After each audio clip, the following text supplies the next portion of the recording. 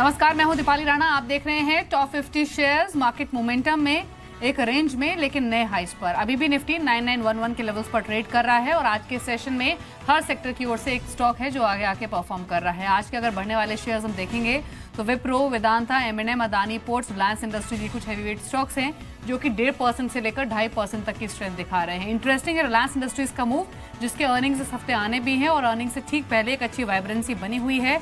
1.5% ऊपर रिलायंस इंडस्ट्रीज का स्टॉक 1557 के लेवल्स पर ट्रेड कर रहा है। इन्फोसिस के नंबर्स आए पिछले हफ्ते और नंबर्स के बाद जो ब्रोकर हाउसेस की रिपोर्ट्स आई वो न्यूट्रल रेटिंग ज्यादातर आई, 950,000 तक के टारगेट्स आए, लेकिन स्टॉक आज ठीक मूव देते हुए करीब 1.25% की मजबूती दिखा रहा है। 300 के ऊपर के लेवल्स पर ट्रेड कर रहा है। आईसीआईसीआई बैंक अब करीब 302 के लेवल्स पर ट्रेड कर रहा है। आज के मेहमान हमारे साथ मौजूद हैं, आशीष केलकर है, उनसे बातचीत करते हैं। आशीष, गुड आफ्टरनून। पहले तो निफ्टी पर ही अपना कमेंट दीजिए। 9900 के ऊपर अभी इंडेक्स ट्रेड कर रहा है। जो डेरिवेटिव डेटा रहा है अब तक का वो तो यही इंडिकेट कर रहा है कि 10,000 इज ऑन कार्ड्स, लेकिन हो सकता है कि स्टैगर्ड वे में धीरे धीरे निफ्टी इस लेवल को अप्रोच करे। अभी आपका व्यू क्या है निफ्टी पर और सजेशन आप क्या देंगे निफ्टी ट्रेडर्स को?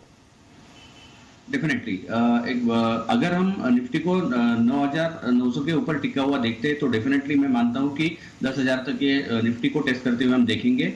लेकिन इसके लिए हमें स्ट्रिक्ट स्टॉप लॉस के साथ काम करना होगा। अगर स्पेसिफिकली इंडेक्स की बात करते हैं तो मैं मानता हूं कि 9850 का अभी का जो स्तर है वो बहुत ही इंपॉर्टेंट लेवल माना जाएगा। ट्रेडिंग के हिसाब से, आज के ट्रेडिंग के हिसाब से अगर हमें देखना है तो मैं मानता हूं कि अगर हम 9920 के ऊपर निकलते हैं तो 9945 9950 को टेस्ट करते हुए आज के ट्रेडिंग सेशन में देख सकते हैं। तो नई पोजीशन फिलहाल ना बनाए, निफ्टी में 9920 के ऊपर बनाई जा सकती है, लेकिन 30 पॉइंट का ही हेडरूम यहाँ पे दिखाई दे रहा है। ठीक है, नई पोजीशंस बनाने की सलाह नहीं है। 9920 के लेवल अगर क्रॉस करता है, इंडेक्स उसके ऊपर सस्टेन करता है तो जरूर खरीदारी की जा सकती है। अभी 9912 के लेवल्स देखे जा रहे हैं। लेकिन अब बात करते हैं स्पेसिफिक पॉकेट्स की आज के सेशन में। सबसे पहले ऑटो एंसिलरी स्टॉक्स देख लेते हैं। जय भारत, मारुति, ऑटोलाइट इंडस्ट्रीज और सुंदरम ब्रेक, ये कुछ स्पेसिफिक शेयर्स हैं जहां पर स्पर्ट अच्छा है, वो भी विद वॉल्यूम्स। अब देखिए 11% तक का मूव जय भारत, मारुति में देखा जा रहा है। और सुबह हम कोटक एमसी के पंकज टिब्रेवाल से बातचीत कर भी रहे थे। मिड कैप में कुछ चुनिंदा पॉकेट्स जो उनको अच्छी लग रही है, उसमें ऑटो एंसिलरी शेयर्स भी शामिल हैं। ऑटो एंसिलरी स्टॉक्स में अच्छे गेन्स वो एक्सपेक्ट कर रहे हैं। लेकिन आशीष, ट्रेडिंग के नजरिए से जय भारत, मारुति आपको कैसा लग रहा है? ऑलरेडी ये 11% का सर्ज दिखा रहा है। यहां अगर प्रॉफिट समेट लें या फिर होल्ड रखें और नई पोजीशंस भी किसी ऑटो एंसिलरी शेयर में भी बनाई जा सकती हैं क्या? अगर जय भारत, मारुति का अगर हम चार्ट देखते हैं तो मैं मानता हूँ एक अच्छा खासा चार्ट यहाँ पे फॉर्मेशन होता हुआ नजर आ रहा है। 735 ऑड लेवल पे ये स्टॉक ट्रेड करता हुआ नजर आ रहा है, तो मैं मानता हूँ कि ये एक फ्रेश ब्रेकआउट है।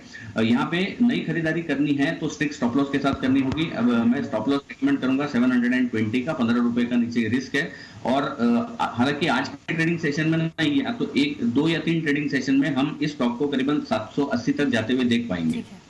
तो आप मूव कंटिन्यू हो सकता है, 780 तक ये स्टॉक जा सकता है। पोजीशंस अगर आपने बनाई हुई हैं तो होल्ड कर सकते हैं। नई पोजीशन भी इनिशिएट करें, लेकिन स्ट्रिक्ट स्टॉप लॉस के साथ, जो कि 720 के आसपास रहेगा। इसके अलावा आप देखिए केमिकल शेयर्स को, Bhansali engineering, DCW, insecticides India, ये कुछ और पॉकेट्स है जो कि मूव कर रही हैं। इसमें भंसाली इंजीनियरिंग पर स्पेशली बात कर लेते हैं क्योंकि यहाँ पर नंबर्स का इंपैक्ट है। नतीजे कंपनी के अच्छे आए हैं, जिसके बाद एक अच्छा मूव आज के सेशन में स्टॉक में देखा जा रहा है। आपका व्यू क्या है? ये नंबर्स के बाद जो बाइंग दिखी है, क्या ये फर्दर एक्सटेंड हो सकती है भंसाली इंजीनियरिंग में, या फिर ट्रेडर्स मुनाफा समेट के भी निकल आए बाहर?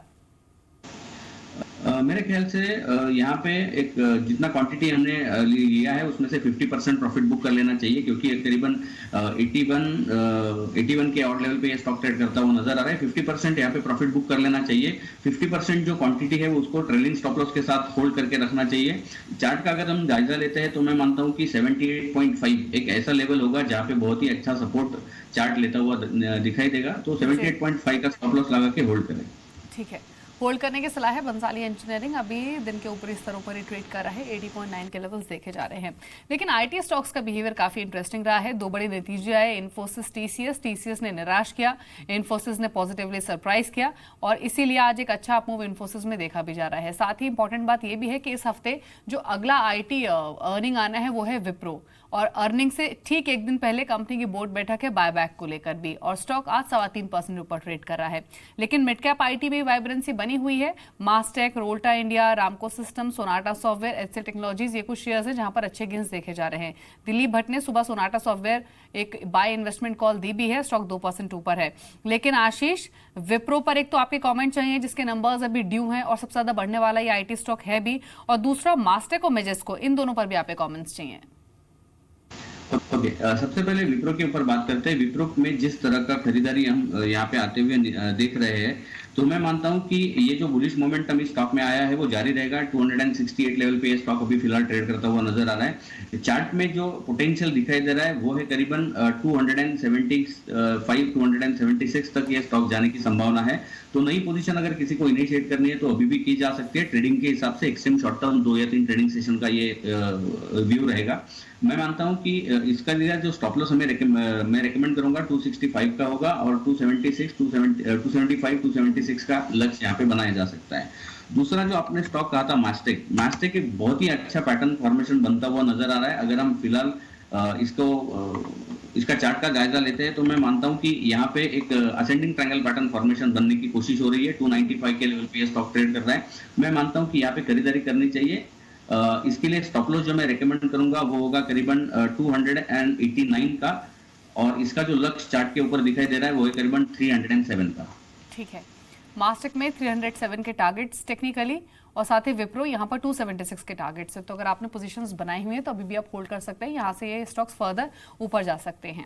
इसके अलावा एक बार ऑयल एंड गैस स्पेस को देखते हैं। इसमें आईजीएल एक अच्छा मूव ले रहा है आज, और आज ये खबरों में भी रहा है। हरियाणा सरकार से इनको परमिशन मिली है गुरुग्राम में city gas distribution network setup करने के लिए, और इसीलिए स्टॉक आज भी करीब 2% ऊपर है। रिलायंस इंडस्ट्रीज में अच्छा मूव है, ये अर्निंग से पहले एक अच्छी वाइब्रेंसी दिखा रहा है। एक ओएनजीसी, पहले आईजीएल और रिलायंस, इन दोनों पर आपके टारगेट्स क्या है आशीष?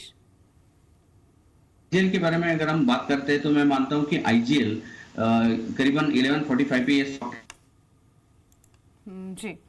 तो आईजीएल और रिलायंस, इन दोनों पर आशीष से कमेंट लेंगे। एक बार ओएनजीसी और एचपीसीएल, इन दोनों स्टॉक्स को देख लेते हैं। पिछले हफ्ते स्पेशली जो पिछले 3 ट्रेडिंग सेशंस थे उसमें हमने देखा था कि ओएनजीसी कांस्टेंट प्रेशर में था और एचपीसीएल कांस्टेंट इंक्रीज कर रहा था। आज का जो बिहेवियर है वो बिल्कुल उल्टा है। ओएनजीसी चल रहा है, एचपीसीएल 3.5% नीचे है, और खबरों में ये दोनों ही स्टॉक्स रहे भी हैं। और लेकिन आज जो न्यूज़ फ्लो आया उसके मुताबिक इस तरह के रिपोर्ट्स हैं कि सरकार का जो स्टेक है एचपीसीएल में, उसको अगर ओएनजीसी एक्वायर करती है तो कोई प्रीमियम पे नहीं करेगी, और शायद इसीलिए अगर ऐसा होता है तो डेफिनेटली ये पॉजिटिव होगा ओएनजीसी के लिए और नेगेटिव होगा एचपीसीएल के लिए, और इसीलिए एक रिएक्शन हम आज एचपीसीएल में देख भी रहे हैं। आशीष जुड़ेंगे तो उनसे इन दोनों स्टॉक्स पर भी कमेंट लेंगे, ओएनजीसी और एचपीसीएल। लेकिन आज ये दोनों स्टॉक्स खबरों में हैं और बिल्कुल कॉन्ट्रेरियन मूव आज इन दोनों स्टॉक्स में देखा जा रहा है, जो कि हमने पिछले हफ्ते देखा भी था। आशीष, पहले तो अपने आईजीएल और रिलायंस पर कॉमेंट्स कंप्लीट कीजिए, दोनों पर आपके टारगेट्स क्या हैं? ओके, आईजीएल की अगर आईजीएल का मैंने ये कहा था कि जो एक्सट्रीम शॉर्ट टर्म टारगेट है वो है करीबन 1170 का। यहाँ से 25 रुपए की मूव भी बाकी है। ये शॉर्ट टर्म ट्रेड है, लेकिन अगर थोड़ा मध्यम अवधि का किसी का नजरिया है तो मैं मानता हूँ कि करीबन 1250 तक भी ये स्टॉक जाने की संभावना है अगले 1 या 1.5 महीने में। तो एक अच्छा खासा स्टॉक है। दूसरा स्टॉक कौन सा कहा था रिपल जी आपने? Reliance industries. Okay, Reliance industries का अगर हम चार्ट पैटर्न देखते हैं तो इसमें भी एक बहुत ही अच्छा बुलिश पैटर्न बनता हुआ नजर आ रहा है। जिस तरह से मोमेंटम, जिस तरह से वॉल्यूम और शैडो इंडिकेटर्स यहाँ पे दिखाई दे रहे हैं, तो मैं मानता हूँ कि यहाँ पे खरीदारी करने की सलाह होगी यहाँ से। और मैं मानता हूँ कि अगले 2 या 3 ट्रेडिंग सेशन में हम 3 to 4% का लिहाजा या ऊपर की तरफ के टारगेट्स रख सकते हैं। ठीक है, साथ ही एक अलर्ट भी आपको दे दें कि रिलायंस इंडस्ट्रीज की जो मार्केट कैप है वो 5 लाख करोड़ के पार पहुंची है। इंट्राडे हाइस पर 1.25% मजबूत है, और थर्सडे अर्निंग्स भी आने हैं रिलायंस इंडस्ट्रीज के, और मार्केट कैप के लिहाज से 5 लाख करोड़ का आंकड़ा भी रिलायंस इंडस्ट्रीज ने पार किया है। भी 1553 पर ये ट्रेड कर रहा है। ओएनजीसी पर एक क्विक कमेंट आपका चाहिए आशीष। ओएनजीसी का अगर हम फिलहाल फॉर्मेशन देखते हैं तो अभी ये स्टॉक करीबन 1% ऊपर की तरफ ट्रेड करता हुआ नजर आ रहा है, लेकिन ओवरऑल चार्ट स्ट्रक्चर जो है वो उतना लुक्रेटिव या उतना पॉजिटिव नहीं दिखाई दे रहा है, क्योंकि हमने देखा है कि पिछले कई दिनों से ये stock lower top lower bottom formation करते हुए नीचे की तरफ चल रहा है। तो ये ऐसा अपॉर्चुनिटी है, अगर किसी के पास ये स्टॉक है तो बेच देना चाहिए। जहां कहीं राइज मिलेगा तो वहां पे बेच देने की सलाह होगी। ठीक है, रिलायंस इंडस्ट्रीज पर व्यू आपने सुना आशीष का, भी 1554 के लेवल्स पर ट्रेड कर रहा है। साथ ही ओएनजीसी पर भी उन्होंने अपने कमेंट्स दिए, भी 160 के लेवल्स ओएनजीसी में देखे जा रहे हैं। मेटल स्टॉक्स पर आप आज ही नहीं, आने वाले सेशंस में भी ध्यान रखें, क्योंकि ज्यादातर हाउसेस की जो रिपोर्ट है उनके मुताबिक मेटल स्पेस की अर्निंग्स अच्छी रह सकती हैं। आज ये पूरा स्पेस चल भी रहा है। वेदांता, हिंदुस्तान जिंक, मान इंडस्ट्रीज, टिन प्लेट, ये अच्छे वॉल्यूम्स के साथ अच्छे गेंस दिखा रहे हैं। ये मेटल से कोई स्टॉक पिक करेंगे क्या आप आशीष, इंट्राडे या फिर पोजिशनल व्यू से? डेफिनेटली इंट्राडे के हिसाब से अगर बात करनी है तो मैं वेदांता के ही ऊपर बात करूंगा, क्योंकि वेदांता ने कि बहुत अच्छा पैटर्न फॉर्मेशन को ब्रेकआउट दिया है। मैं इसके लिए स्टॉप लॉस 265 का रेकमेंड करूंगा। आज के लिए अगर हम देखते हैं तो इसका लक्ष्य होगा करीबन 272 का, लेकिन अगर 2-3 दिन रुकना चाहते हैं तो 277, 280 के लक्ष्य भी इस स्टॉक में दिखाई देंगे। ठीक है, तो पोजीशनल व्यू से 277, 280 तक के टारगेट्स देखे जा सकते हैं वेदांता में। यहाँ पर पोजीशंस आप नहीं इनिशिएट कर सकते हैं, ऐसा आशीष मानते हैं। अभी 268 के लेवल्स पर ये ट्रेड कर रहा है, करीब 6 रुपए की बढ़त लेकर। लेकिन फार्मा स्टॉक्स का हाल देख लेते हैं। पिछले एक महीने में फार्मा स्टॉक्स में हमने कांस्टेंट बाइंग देखी है। आज कुछ छोटे फार्मा शेयर्स हैं जो कि परफॉर्म कर रहे हैं। बाल फार्मा, लाइका लैब्स, कोप्रान, पेरेंटल ड्रग्स, इन स्टॉक्स में 2% से लेकर 5% तक की बढ़त आज के सत्र में देखी जा रही है। इसके अलावा एक बार एल्केम लैबोरेटरीज, उस स्टॉक को भी देख लेते हैं, एलेम्बिक फार्मा, क्योंकि दोनों ऐसे शेयर्स थे जहां पर न्यूज फ्लो था नई दवा के अप्रूवल का, और ये स्टॉक्स दोनों खुले भी पॉजिटिव बायस के साथ थे। आपकी स्क्रीन पर एल्केम लैब्स, ये खुला मजबूत था, लेकिन अब मुनाफा वसूली हावी होते हुए करीब आधा % से नीचे ट्रेड कर रहा है। इन छोटे फार्मा स्टॉक्स को किसी को पिक करेंगे या फिर अवॉइड करेंगे आशीष? डेफिनेटली अगर इनमें से किसी एक को चुनना है तो मैं कोपरान को चुनने की सलाह दूंगा, क्योंकि अगर हम इसका फॉर्मेशन देखते हैं तो बहुत बड़ी रैली के बाद इसमें प्राइस करेक्शन और टाइम करेक्शन दोनों ही यहाँ पे होता हुआ नजर आ रहा है।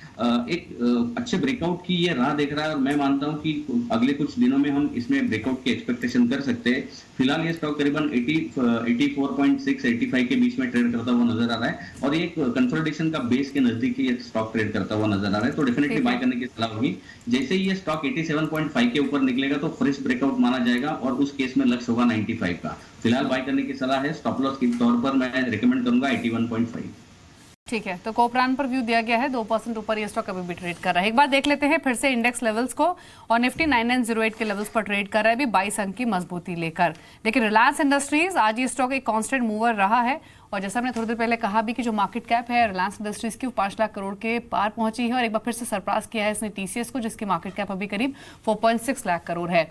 लेकिन इस हफ्ते अर्निंग्स जो है वो बहुत इंपॉर्टेंट हैं। कई क्रूशल अर्निंग्स आने हैं जो कि डिसाइड करेंगे कि निफ्टी यहां से 100 अंक ऊपर जाएगा या फिर 100 अंक नीचे, यानी 10,000 निफ्टी पर इस हफ्ते आएगा या फिर नहीं, और अगर आएगा तो कौन से फैक्टर सपोर्ट करेंगे। अब ये समझ लेते हैं। संदीप हमारे साथ मौजूद हैं पूरी डिटेल्स के साथ। संदीप, अब जितने भी टेक्निकल एक्सपर्ट्स हमारी बातचीत हुई या फिर फंडामेंटल एक्सपर्ट्स पर, उनका मानना तो ये कि अगले 2-3 दिनों में निफ्टी 10,000 के लेवल पर आ जाएगा। लेकिन व्यूअर ये जानना चाहता है कि 10,000 अगर आएगा तो कौन सी वो खबरें हैं, स्टॉक्स हैं, या फिर क्या वो ट्रिगर्स है जो कि 10,000 तक पहुंचने में निफ्टी की मदद करेंगे? देखिए, पहली बात तो अर्निंग्स, जैसे आपने कहा आज एसीसी के नंबर्स आएंगे, निफ्टी की कई ऐसी बड़ी कंपनी इनके नंबर्स इस हफ्ते में आएंगे। रिलायंस इंडस्ट्रीज है, बजाज ऑटो है, कोटक महिंद्रा बैंक है, HUL है, इनके नंबर्स आएंगे। और हो सकता है जो एक्सपेक्टेशन बिल्डअप हो रही है नंबर्स में अब ये है कि इस बार के जो नंबर्स हैं वो कहीं ना कहीं पॉजिटिव ट्रैक्शन दिखाते हुए दिखेंगे, जिस वजह से इस बार जो निफ्टी का 10,000 का आंकड़ा आना है उसमें अहम भूमिका निभाते हुए दिखेंगे। दूसरी ओर अगर आप देखें, जो 2 अगस्त की पॉलिसी है उसमें एक माना जा रहा है कि जो दरें घटाने की गुंजाइश है वो आरबीआई के पास अब बढ़ती जा रही है। चाहे आप रिटेल बिक्री जो महंगाई के आंकड़े हैं तो उसको देखिए, रिकॉर्ड लो पे है, और उसके साथ साथ जो मॉनसून के नंबर्स आ रहे हैं वो भी काफी सपोर्टिव हैं। तो बैंक्स हो सकता है कि एक और ऐसा पॉकेट है जो कि एक लीडरशिप पोजीशन में आते हुए दिखें, क्योंकि आज एक एसआर स्टील का जो आरबीआई के साथ विवाद है एनसीएलटी में, उसमें गुजरात हाई कोर्ट में जो फैसला है वो भी आने वाला है। अगर वो आरबीआई के पक्ष में आता है तो जाहिर सी बात है जो बैंक्स है वो भी इसे लीड करते हुए दिखेंगे, और बैंकों का अच्छा खासा कंट्रीब्यूशन इंडेक्स में है भी।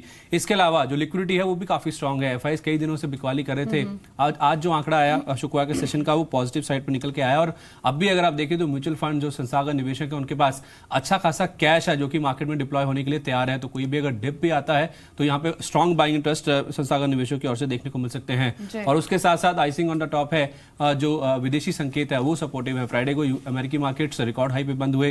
जो दरें बढ़ने की जो गुंजाइश है तो फिर आशंका है वो अब घटती जा रही है, जिस वजह से आप देखिए डॉलर में कमजोरी है, बॉन्ड यील्ड्स यूएस में घट रही हैं, तो वो भी एक सपोर्टिंग पॉइंट है जो कि इंडियन मार्केट्स के लिए काफी सपोर्टिव रहेगा। जी, यानी अभी जो मौजूदा फैक्टर्स हैं ग्लोबल फ्रंट पर, या फिर घरेलू फ्रंट पर, वो सब सपोर्ट कर रहे हैं। अर्निंग्स की बात हुई है इनफैक्ट, तो आपको बता दें कि सुबह हम बातचीत कर रहे थे मिस्टर दिलीप भट्ट के साथ, जो कि जॉइंट एमडी है प्रभुदास लीलाधर के। उनसे भी हमने ये जानने की कोशिश की कि जो बड़े अर्निंग्स आने हैं इस हफ्ते, फिर चाहे वो एसीसी हो, आरआईएल हो, एचयूएल हो, बजाज ऑटो या फिर कोटक महिंद्रा बैंक हो, इन अर्निंग्स में से कौन से वो अर्निंग्स होंगे जो कि इंडेक्स को सपोर्ट करेंगे, यानी कौन से नंबर्स है जो कि अच्छे रह सकते हैं इन बड़े कंपनियों के? सुनिए उनका व्यू।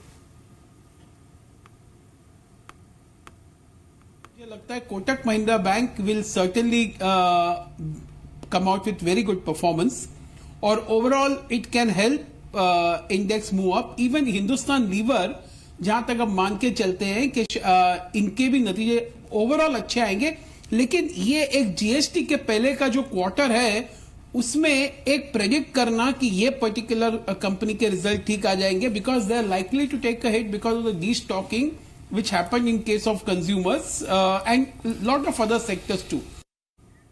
तो संदीप, आपने सुना मिस्टर भट्ट को भी, कोटक महिंद्रा बैंक और एचयूएल, इन दोनों से उनको काफी एक्सपेक्टेशंस और वो मान रहे हैं कि ये सपोर्ट करेंगे। एचयूएल के नंबर्स कल आएंगे, हो सकता है कि पॉजिटिव साइड पे देखने को मिले, क्योंकि जो इनके सेल्स वॉल्यूम है उसमें अच्छा खासा इजाफा इस बार देखने को मिल सकता है। दूसरी बात आरआईएल, देखिए इस बार ऐसा एक्सपेक्टेशन है कि नंबर्स नीचे की ओर आएंगे, खासतौर पे जीआरएम्स के। तो आरआईएल हमेशा ऐसी टेंडेंसी रखता है कि नंबर्स खराब रहने की जब बात होती है तो ये पॉजिटिवली सरप्राइज करने की जो चेष्टा है वो कर सकता है। तो आप ऑलरेडी देखिए स्टॉक मूव कर भी रहा है। बजाज ऑटो के नंबर्स आएंगे, एसबीआई खासतौर पे इंडेक्स में वेटेज काफी ज्यादा है। गुजरात हाईकोर्ट का फैसला अगर आरबीआई के पक्ष में आता है तो एसबीआई कहीं ना कहीं आउट परफॉर्म कर सकता है। और आईसीआईसीआई बैंक, जो गुजरात हाईकोर्ट का फैसला आएगा तो वो तो पॉजिटिव है ही, लेकिन आईसीआईसीआई लोम्बार्ड, उसका आईपीओ फाइलिंग हुई है, वो एक पॉजिटिव ट्रिगर है। औरोबिंदो बैंक फार्मा में वैल्यूएशन अब भी अट्रैक्टिव है, और एक जोकर इन द पैक हो सकता है दीपाली, टीसीएस। अगर आप देखें 8.6% का वेटेज है इसका इंडेक्स में, और आज देखिए आईटी स्टॉक्स परफॉर्म कर भी रहे हैं। अगर ये लीडरशिप पोजीशन लेता है तो आप कभी भी एक्सपेक्ट कर सकते हैं कि 10,000 आ जाएगा जी। तो ये कुछ हैवी वेट स्टॉक्स है जिन पर आप ध्यान दे सकते हैं। शुक्रिया संदीप आपका।